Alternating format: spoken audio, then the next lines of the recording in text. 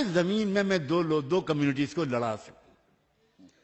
صاف بات یہ ہے کہ یہ جو کچھ بھی کہا جا رہا ہے مسلمانوں کے بارے میں، خوشی کی بات ہے کہ آج آپ کو اتنی اچھی ایجوکیشن انفارمیشن مل رہی ہے.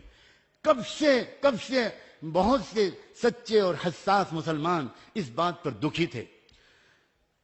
گجرات میں بھیانک قسم کا رائٹ ہوا. رائٹ کیا ہوا، بلکہ ایک طرح سے بالکل ایک جنوسائیڈ ہوا. میں لکھنؤ سے گجرات پہنچا.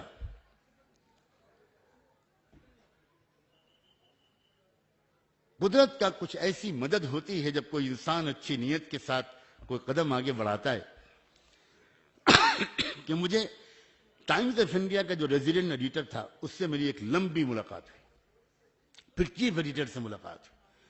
بہت اس نے زہر اگلا تھا ان دنوں میں، لیکن میری ملاقات بہت ٹھنڈے دل و دماغ سے ہوئی. میں نے اس سے ایک بات کہی کہ مجھے آپ کسی طرح اس آدیواسی لیڈر سے ملوا سکتے ہیں جس آدیواسی لیڈر کے اکسانے پر آدیواسیوں نے مسلمانوں کا قتل عام کیا.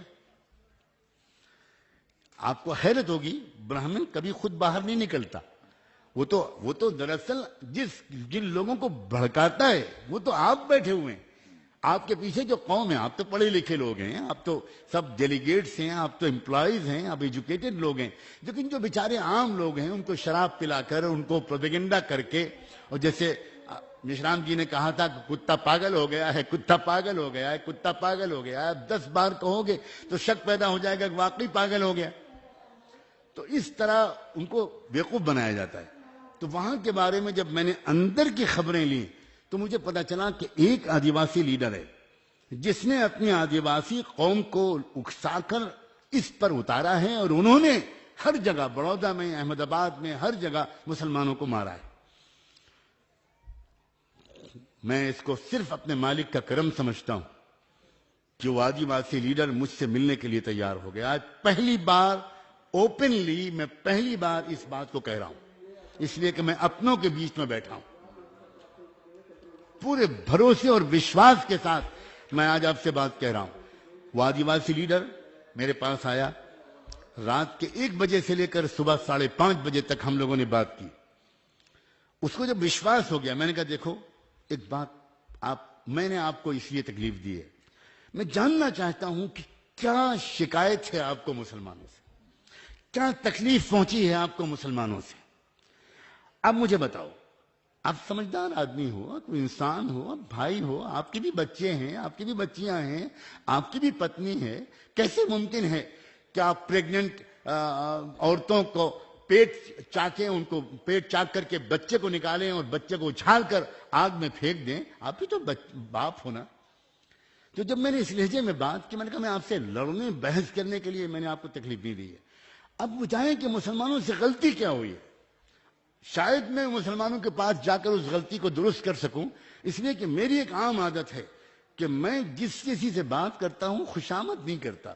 میں بتاتا ہوں بھائی آپ سے یہ غلطی ہو رہی ہے، ہم سے یہ غلطی ہو رہی ہے، اسے ٹھیک کرو. تو بس اس کے دل کو میرے اللہ نے نرم کر دیا، اور اس نے کہا نعمانی صاحب، مولانا صاحب آپ پہلے آدمی ہیں، آپ پہلے مسلمان ہیں کہ اس طرح آپ ہم سے بات کر رہے ہیں. مجھے بہت ڈاؤٹ تھا کہ میں آپ کے پاس آؤں کہ نہیں آؤں. میں نے 30-40 لوگوں سے معلومات کی، ان سب نے کہا کہ نہیں بھائی آپ ان کے پاس چلے جاؤ. اس نے کہا کہ دیکھیے ہمارے غصے کی 2 کارن ہیں. یہ بتانا چاہتا ہوں میں، کیا غلطیاں مسلمانوں سے بھی ہوتی ہیں. میں بہت ڈنکے کی چوٹ پر کہتا ہوں کہ کیا غلطیاں ہم مسلمانوں سے ہو رہی ہیں، کیونکہ یہاں بہت سے مسلمان بھی بیٹھے ہوئے ہیں. میں کم سے کم اس بات سے سہمت نہیں ہوں کہ ہم ساری ذمہ داری صرف برہمنوں پر ڈال دیں. قرآن ہم کو یہ نہیں سکھاتا. قرآن ہم کو یہ سکھاتا ہے کہ لا یجرمنکم شنآن قوم علی الا تعدلوا اعدلوا هو اقرب للتقوى. اگر لوگ تمہارے اوپر ظلم کریں تو اس کے بدلے میں تم کو ظلم نہیں کرنا، تم کو نیائے ہی کرنا ہے، تم کو سچ ہی بولنا ہے. اس نے کہا کہ مولانا صاحب آپ نے دیکھا ہے، آپ سورت سے لے کر احمد آباد تک آپ نے روڈ کا سفر کیا ہے؟ میں نے کہا 50 بار کیا ہے. آپ نے دیکھا ہے کہ سڑک کے دونوں طرف شاندار مدرسے بنے، بہترین بلڈنگز ہیں، شاندار مسجدیں ہیں، گاڑیاں آ رہی ہیں جا رہی ہیں، جلسے ہو رہے ہیں، کھانے پک رہے ہیں، بچے ہوئے کھانے کو باہر پھینک دیا جاتا ہے. ہم لوگ اسی 40 کلومیٹر کیا 60 کلومیٹر کے ایریے میں نالوں کے کنارے رہتے ہیں. آدھی روٹی بھی کبھی ہم کو کسی مسلمان نے نہیں دی. کبھی کسی مسلمان نے ہم کو بچا ہوا کھانا بھی نہیں دیا. اب ہمارے اندر ایک اکروچ، ایک غصہ، ایک ریئیکشن ڈیولپ کرتا رہا.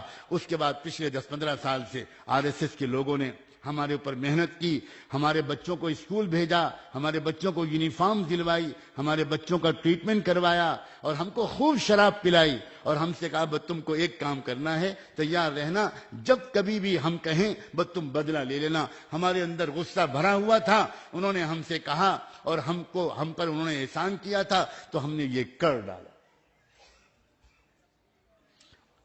اس کے بعد میں نے ان کا شکریہ ادا کیا. میں نے کہا میں بہت زندگی بھر آپ کا آبھاری رہوں گا کہ آپ نے میرے پاس آنے کی تکلیف کی، پھر اتنا سچ بولا. اور اب میں آپ کو اپنا کیسٹ بھیجوں گا، یہ CD بھیجوں گا. میں جو کچھ جا کر مسلمانوں سے کہوں گا، مدرسوں میں کہوں گا، وہ سب میں ریکارڈ کرواؤں گا اور میں آپ کو بھیجوں گا. آپ خود سنیے گا کہ میں نے اس میں کتنا کہا. گجرات کے تقریباً 150 علماء کو میں نے جمع کیا. سینئر موسٹ علماء، مجھ سے عمر میں 40 سال بڑے، 30 سال بڑے، بڑے بزرگ لوگ، بڑے اچھے لوگ، وہ سب جمع ہوئے 150-200 لوگ. اور میں نے ان کے سامنے کہا مجھے بتاؤ اگر آج محمد الرسول اللہ اس دنیا میں آ جاتے، ہمیں تم کو مسلمان کہتے؟ ہمیں مانتے کہ ہم مسلمان ہیں؟ اللہ محمد الرسول اللہ تو یہ سکھانے آئے تھے کہ وہ آدمی ایمان والا ہو ہی نہیں سکتا کہ جو خود پیٹ بھر کے کھا لے اور اس کے پڑوس میں کوئی بھوکا رہے. وہ 50 حج کر لے، زندگی بھر نمازیں پڑھتا رہے، لیکن اگر اس نے غریبوں کی فکر نہ کی، اس نے پڑوسیوں کے ساتھ اچھا سلوک نہ کیا، اس نے عام انسانوں کا دل نہیں جیتا، اس نے سیوا نہیں کی، ہرگز وہ مسلمان نہیں. آج میں آپ کے سامنے کہتا ہوں وہ علماء دہاڑے مار مار کر رونے لگے، چیخیں نکل گئی ان میں سے بعض کی. اور انہوں نے کہا کہ فارسی کا ایک شعر پڑھا جو شعر ہے کہ جزاک اللہ کے چشمم باز کر دی. اللہ تو آپ کو مولانا سجاد صاحب، اللہ آپ کو اس کا صلہ دے، آج آپ نے ہماری آنکھ کھول دی. اب بتاؤں آپ کو اس کے بعد ان مدرسے والوں نے کیا کیا، کس طرح اپنے کو چینج کیا. انہوں نے ہر ایک نے اپنے مدرسے کے باہر ایک ڈسپنسری کھولی، شیلٹر کھولا اور کھانے میں حصہ لگایا. سب لوگ جا کر ساتھ میں ملنے لگے، جلنے لگے. سب کے عید، بقرعید، ہولی کوئی بھی ہو اس میں لوگ ملنے لگے، گلے لگانے لگے. اب اس کے بعد RSS کی دال گلنی وہاں سے بند ہو جائے گی. نفرت کے سوداگروں کو راستہ نہیں ملے گا. اس لیے ہمارا آپ کا ایک کام یہ بھی ہے کہ یہاں سے جانے کے بعد اپنے گاؤں میں، اپنی کالونی میں، اپنے شہر میں ان بادھاؤں کو توڑیں اور توڑ کر سب ایک دوسرے سے براہ راست ملیں. اگر ہم صرف یہیں بیٹھ کر باتیں کرتے رہیں گے اور باتیں سنتے رہیں گے تو شاید اس سے کام نہیں چلنے والا ہے. اس سے کام نہیں چلنے والا ہے. ہماری روزمرہ کی زندگی میں، ہمارے ویکینڈز میں، ہماری چھٹیوں میں ہمیں آپس میں ملنا جلنا چاہیے. ہمیں آپس میں ایک دوسرے کی خوشیوں اور غم میں شریک